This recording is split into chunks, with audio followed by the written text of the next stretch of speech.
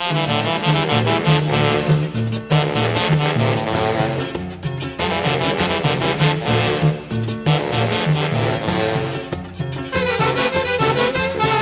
la fuerza vencedora de la Orquesta Selección Cristal del Perú y Producciones Estrella Musical.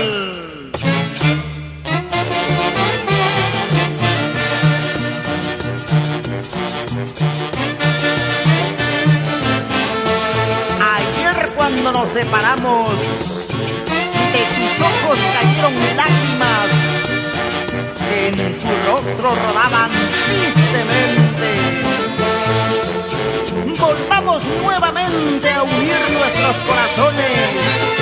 Ya no llores, por favor, te lo pido. Si mi destino es vivir a tu lado, siempre me tendrás.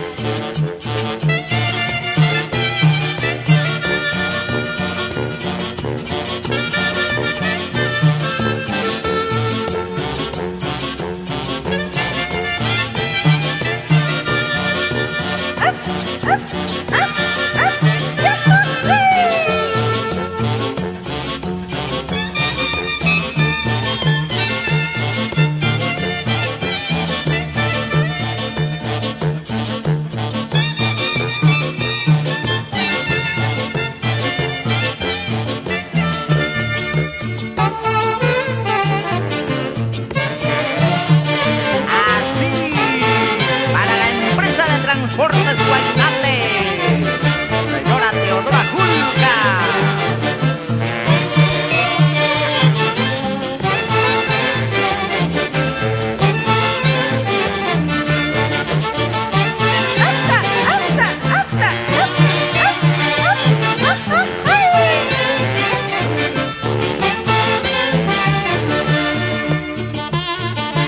¡Vamos! Tiberio Guaynate y señora Soledad Chávez. ¿Y por qué lloras, Walter Guaynate? Así se goza en la fiesta del 28 de mayo en Paucartambo, Cerro de Pasco querido.